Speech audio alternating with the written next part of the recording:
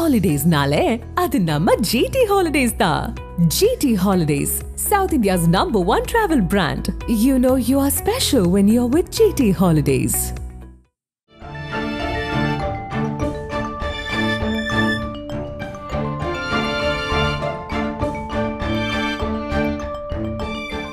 உங்கள் ஜீரண கோளாறுகளுக்கும் வயிற்றெரிச்சலுக்கும் சரியான ஒரு தீர்வு.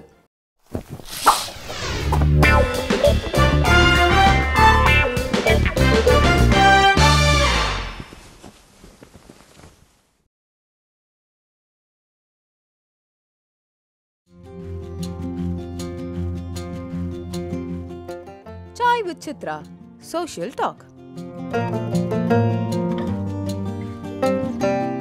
இன்றைய Chai with Chitra social talk நிகழ்ச்சியிலே பங்கு பெறுகின்ற விருந்தினர் பேச்சு பயிற்சியாளரான எஸ் தனசேகரன்.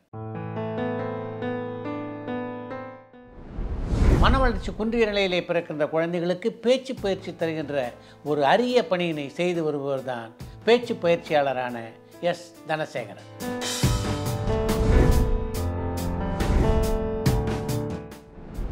மனவளர்ச்சி குறைந்த குழந்தைகளுக்கு பேச்சுத்திறன் எப்படி பாதிக்கப்படுகிறது, அது போன்ற குழந்தைகளை எப்படி கவனத்தோடு பார்த்து கொள்ள வேண்டும், அவருடைய உணவு பழக்கங்கள் எப்படி அமைய வேண்டும் என்பதை பற்றிய பல தகவல்களை இந்த நேர்காணலிலே பகிர்ந்து கொண்டிருக்கிறார் S Dhanasekaran. Chai with Chitra, social talk. வணக்கம். வணக்கம் சார்.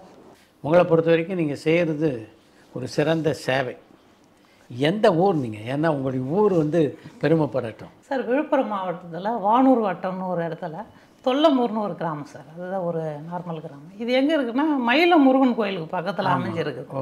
அதுக்கு பக்கத்தில் கூட திருவக்கரை வக்கரகாளி அம்மன் கோயில் சொல்லிட்டு #1 அம்மன் கோயில் இருக்குது. இந்த திருவக்கரை கோயிலுமே பாப்புலர் கோயில்.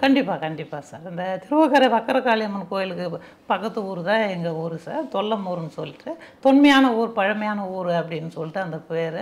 அங்கேயே ராஜராஜ சோழனுடைய நடுக்கல் ஒரு சிறு கோயில் கூட அங்கே இருக்குது சார். அந்த மாதிரி ஒரு சின்ன புகழ்பெற்ற ஊர் தான் சார் நம்ம. பேச்சு பயிற்சியாளராகணும் அப்படின்ற எண்ணம் எந்த காலகட்டத்தில் எப்படி உங்களுக்குள்ளே ஏற்பட்டது? ஒரு விபத்து மாதிரி அமைஞ்சது சார். ஆரம்பத்தில் 2004 சயின்ஸ் குரூப் படித்தோம். நான் +2 முடிச்சுட்டு இது 2013 தான் சார் பண்ணோம். இந்த ஒரு 8 ஆண்டு கால இடைவெளியில் பல்வேறு வேலைகள் பார்த்தோம்.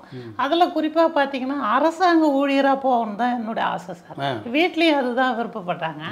அதுக்கான டிஎன்பிசி, எஸ்எஸ்சி மற்ற தேர்வாணையத்தினுடைய தேர்வுகள்லாம் எழுதினேன். ஆனால் அது அந்த அளவுக்கு ஜெயிக்க முடியல. காரணம், அது ஒரு தவம் மாதிரி படிக்கணுன்ற ஒரு சூழ்நிலை. நம்ம குடும்ப சூழ்நிலையை பொறுத்த அளவுக்கு அந்த தவம் மாதிரி படிக்க முடியல. அது ஒரு காரணம். ரெண்டாவது என்னென்னா, சரி இதுதான் பண்ண முடியல, நம்ம பெருசாக ஜெயிச்சிடுவோம் அப்படின்னு ஐஏஎஸ் அந்த மாதிரி ட்ரை பண்ணலான்னு சொல்லிட்டு யூபிஎஸ்சி அப்ளை பண்ணி இந்த ப்ரிலிமினரி எக்ஸாம் ஆரம்ப கட்ட தேர்வு நான் பாஸ் பண்ணிட்டேன் சார். மெயின் அதே மாதிரி தான் சார். அது ஒரு தவம் மாதிரி படிக்கணுன்றதால அதை நம்ம தொடர முடியாமல் போச்சு. சரி, இது ரெண்டையும் விட்டுட்டு நம்ம சினிமா சைடில் பேரும் புகழ் பணம் அந்த மாதிரி சம்பாதிக்கலான்னு திடீர்னு ஒரு ஆசை சார். அதனால் வேண்டி நான் நேராக சேரன் சாரை மீட் பண்ணோம். அவருக்கு நிறைய கடிதங்கள் எழுதுறது அந்த மாதிரி விஷயங்கள்.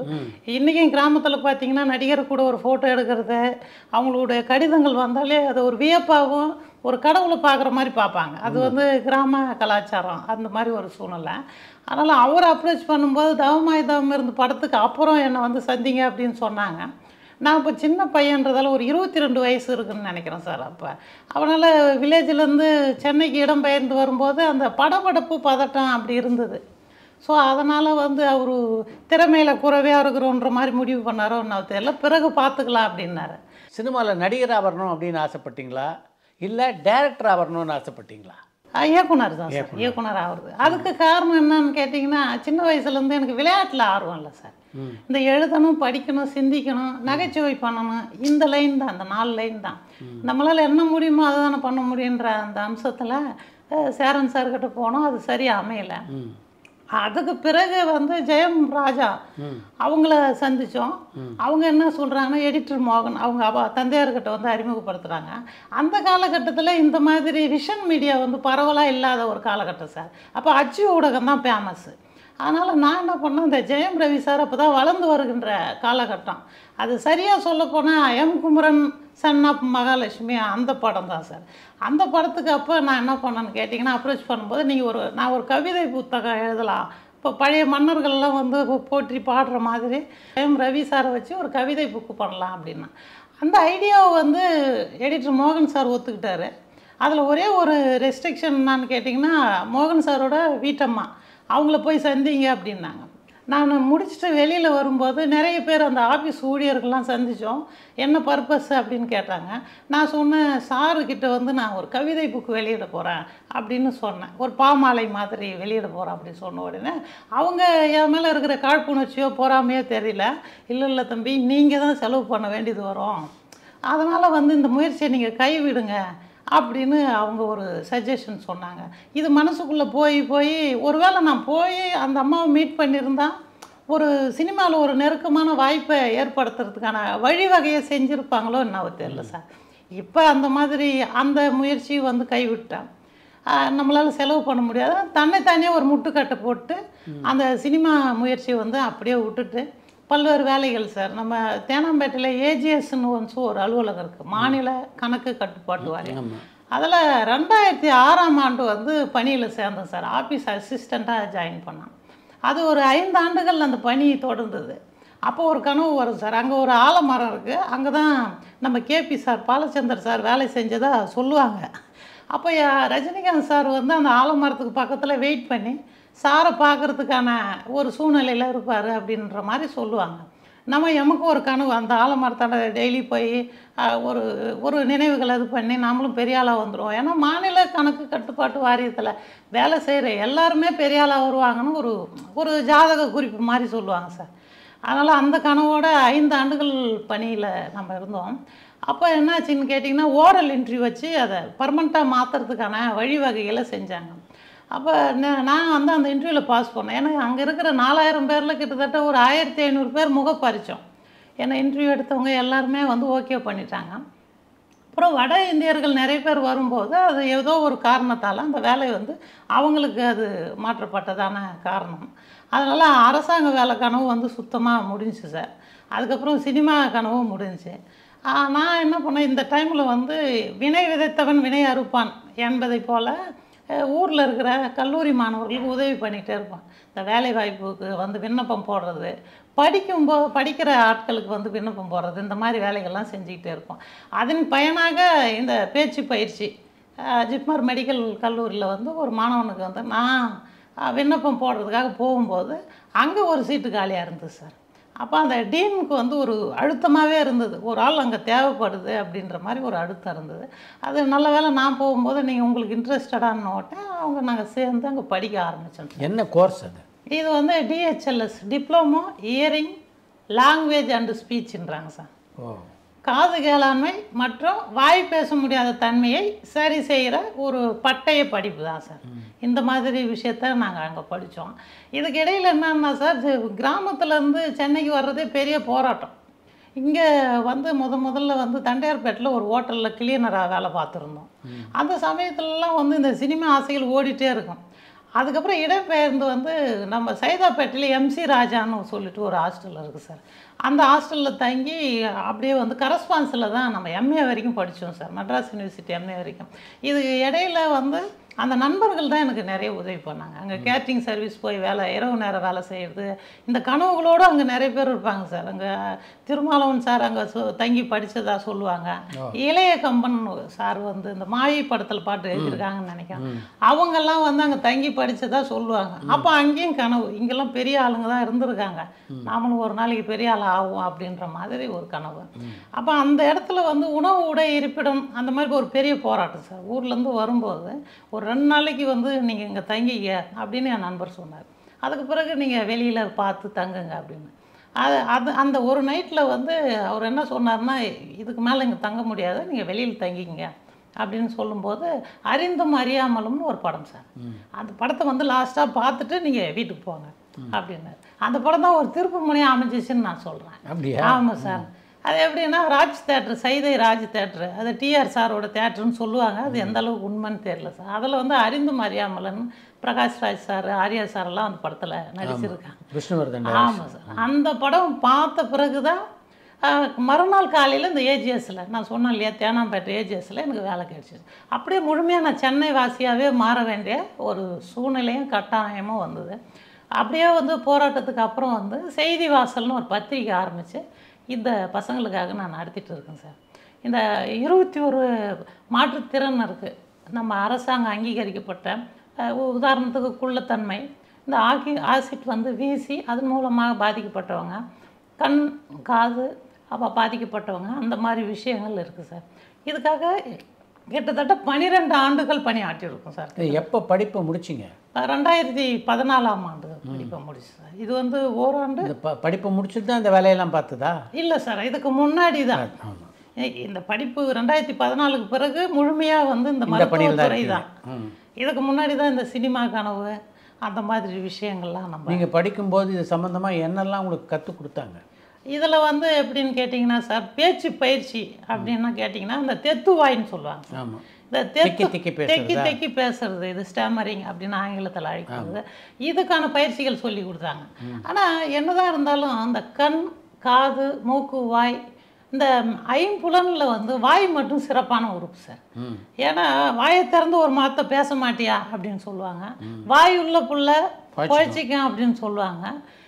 மனதில் உறுதி வேண்டும், வார்த்தையிலே தெளிவு வேண்டும் அப்படின்னு கூட சினிமா பாட்டு இருக்குது. அந்த மாதிரி இந்த வாய் இருந்தால் எல்லாமே சாதிக்கலாம் அப்படின்றது ஒரு விஷயம். அதனால் கண்களுக்கு ஏதாவது பழுதுபட்டால் அறுவை சிகிச்சை மற்றும் கண் கண்ணாடி நம்ம பொருத்திக்கலாம். காதில் ஏதாவது பிரச்சனைன்னா கூட அறுவை சிகிச்சை, மருந்து மாத்திரை, அந்த மாதிரி விஷயங்கள் இருக்குது. மற்ற உறுப்புகளுக்கு இந்த மாதிரி ஒரு சொல்யூஷன், தீர்வுகள் இருக்குது சார். ஆனால் இந்த வாய் பேச முடியாத தன்மைக்கு மட்டும் ரொம்ப பெரிய போராட்டம் சார். அது என்னவோ நம்ம சரஸ்வதி கலாச்சாரம் வந்து ரொம்ப டஃப்பாக இருக்கோன்ற மாதிரி நம்ம ஆன்மீகத்தில் நினச்சிப்போம். அப்போ இந்த தெத்துவாயை பற்றி நம்ம சொல்கிறோம். பழைய காலத்துலலாம் வந்து தெத்துவாய் வந்து இந்த கூழாங்கல், ஆற்று மணல் படுக்கையில் கிடைக்கிற இந்த கூழாங்கல்ல வந்து நாக்கில் வச்சு தெத்தி தெத்தி பேசுனா நாளடைவில் இந்த தெத்துவாய் போகும் அப்படின்னு ஒரு நம்பிக்கை இருக்குது சார். ஆனால் அது ஒரு தப்பான முறையும் கூட. ஒருவேளை கல் மிஸ் ஆகி உள்ளார போய் மாட்டிக்கிச்சுன்னா, தொண்டை குழியில் மாட்டிக்கிச்சுன்னா உயிருக்கே ஆபத்து அப்படின்ற மாதிரி கூட ஒரு சூழ்நிலை வரும். அதனால் எங்கள் டெக்னிக்கில் என்னன்னு கேட்டிங்கன்னா, இந்த காய்கறி துண்டு, உதாரணத்துக்கு கேரட்டு, அதை சின்னதாக கட் பண்ணி தேனில் நனைச்சி நடுநாக்கில் வச்சு பேசும்போது அந்த உளறல் தன்மை, அந்த தெத்துவாய் தன்மை கொஞ்சம் கொஞ்சமாக போகும். இது வந்து ஒன் ஆஃப் த டெக்னிக். ரெண்டாவது விஷயம் என்னான்னு கேட்டிங்கன்னா, உலகத்திலே 3 மொழிகள் கலப்படம் இல்லாத மொழிகள் சார். ஒன்று தமிழ், ரெண்டாவது வந்து உருது, மூணாவது சமஸ்கிருதம். இந்த 3 மொழிகள் தாய்மொழின்னு கூட சொல்லலாம். எப்படி வந்து உலகம் முழுவதும் தமிழ் பரவி காணப்பட்டது அப்படின்னு சொல்கிறோமோ, அதே மாதிரி இது ஒரு தாய்மொழியாக கூட நம்ம எடுத்துக்கலாம். அதில் குறிப்பாக தமிழோட துணை மொழி தான் சார் சமஸ்கிருதம். இது வந்து நிறைய பேருக்கு தெரியுமான்னு எனக்கு தெரியல. ஒரு தமிழில் இருக்கிற பிரசித்தி பெற்ற ஒரு குருமாரும் இன்னொரு குருமாரும் பேசுகிற ஒரு கோடு வேர்டு தான், மற்றவங்களுக்கு புரியக்கூடாது அப்படின்ற ஒரு சீக்ரெட் மொழி தான் சமஸ்கிருதம். அப்படி தான் தோன்றுச்சு. இப்போ அரசியல் பாங்கில் நடைமுறையில் வந்து அதை ஒரு சாரார் பேசலாம் அப்படியெல்லாம் வந்து டிபேட் போயிட்டு இருக்கு. அது ஒரு பக்கம் சார். அதனால் சமஸ்கிருதம் ஒரு அருமையான மொழி. அந்த மொழியில் வந்து அதிகமான ஒலி அமைப்பு இருக்குது. ஒலி அமைப்பு இப்போ உதாரணத்துக்கு 43 ஒலி அமைப்பு ஆங்கிலத்தில் இருக்கிறது அப்படின்னு சொல்லுவாங்க. அதே மாதிரி தமிழில் வந்து அதிகப்படியான டபுளாகவே இருக்குது, இரட்டை அடிப்படையில் இருக்குது. அதே மாதிரி சமஸ்கிருதம், உருது, இந்த 3 மொழியிலையும் ஒலியின் அமைப்பு, ஒலியின் தன்மை, நாக்கு வளைஞ்சு கொடுக்குற அந்த தன்மை எல்லாமே அதிகம். அதனால தான் சார் தமிழ் இல்லை சமஸ்கிருதம் இல்லை உருது, இது 3ல் பேச்சு பயிற்சி செய்தால் அவர்களுக்கு சீக்கிரம் குணமாகும், நாக்கு சுழற்சியின் மூலமாக பேச்சாற்றல் அதிகரிக்கும் அப்படின்றது தான் ஒரு விதியின் அடிப்படை சார். இந்த மாதிரி இந்த 3 மொழி, இந்த தெத்துவாய் சொல்லும்போது இந்த சமஸ்கிருதாவில் முக்கியமான ஒரு விஷயம் சார், ஸ்லோகங்கள் அப்படின்னு நம்ம சொல்கிறோம். அதில் உதாரணத்துக்கு ஓம் நமோ பகவதே தட்சிணாமூர்த்தி மகயம் மேதாம் பிரேட்சயாம் பிரேட்ச சுவாகா, இது ஒரு உதாரண மொழி.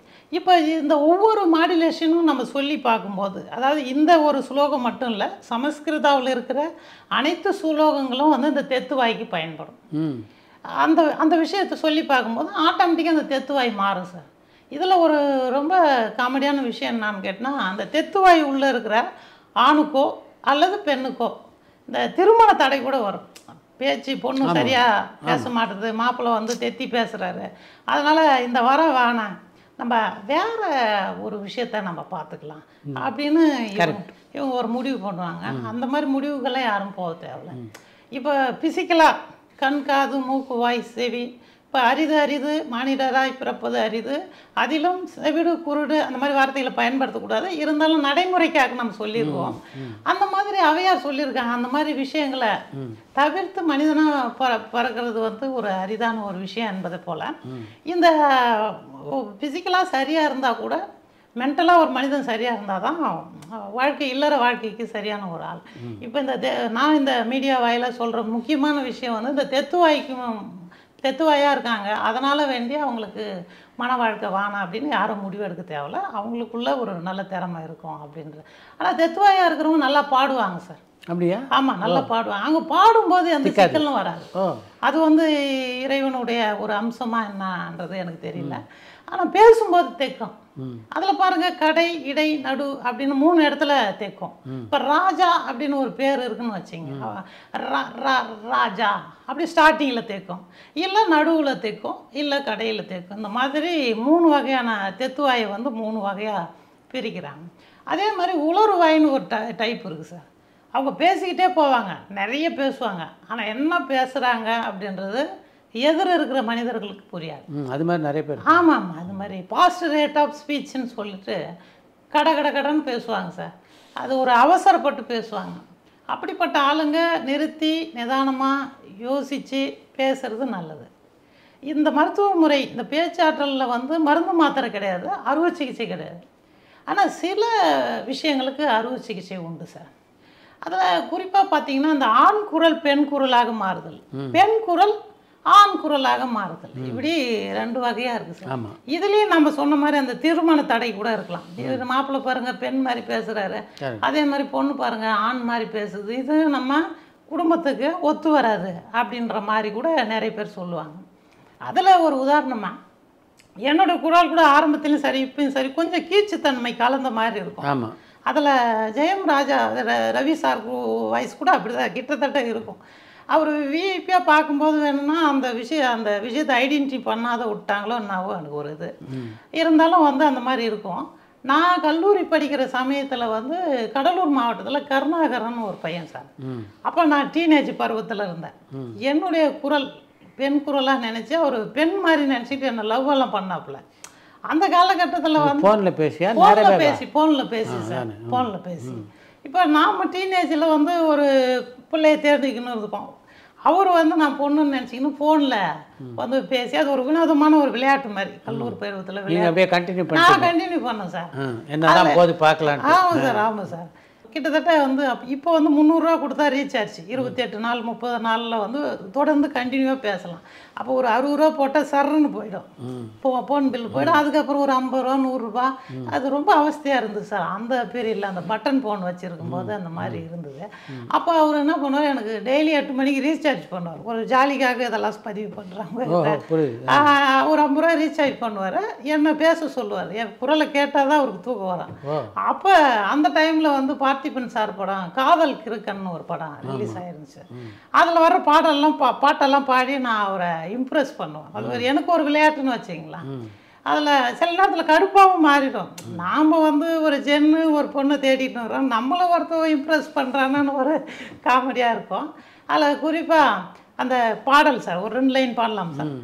பூவே பனி பூவே இந்த புல்வெளி உனக்காக, போகும் இடம் எல்லாம் அந்த பனி துளி உனக்காக, காக்கை சிறு கூட்டில் அந்த விண்மினி உனக்காக, என் உடல் வெறும் கூடுதான் அடி கர்ணா உனக்காக. அவரோட பேரை ஒரு இம்ப்ரெஸ் மாதிரி பண்ணி அது ஒரு நகைச்சுவையாக போகும். ஒரு காலகட்டத்தில் எப்போ முடிவுக்கு வந்து ஆமாம் சார் அதுதான் மெயினான விஷயம். ஒரு காலகட்டத்தில் அவருக்கு வந்து ஒரு நர்சிங் பொண்ணை வந்து கல்யாணத்துக்கு ரெடி பண்ணிட்டாங்க வீட்டில். அதுக்கப்புறம் போனால் சரியாக வராது, அது ஒரு பையனுடைய வாழ்க்கைக்கு எடுத்து பாவம் மாதிரி ஆகிடுன்னு சொல்லிட்டு நான் ஜாலியாக நம்பர் மாற்றிட்டேன் சார். ரீசெண்டாக நம்பர் மாற்றிட்டேன். அதுக்கப்புறம் அவரோட சூழ்நிலை என்னாவோ நமக்கு இது ஒரு விளையாட்டாக பண்ணது. நிறைய பேர் ஏதோ விஷயங்கள் பண்ணுவாங்க அந்த மாதிரி.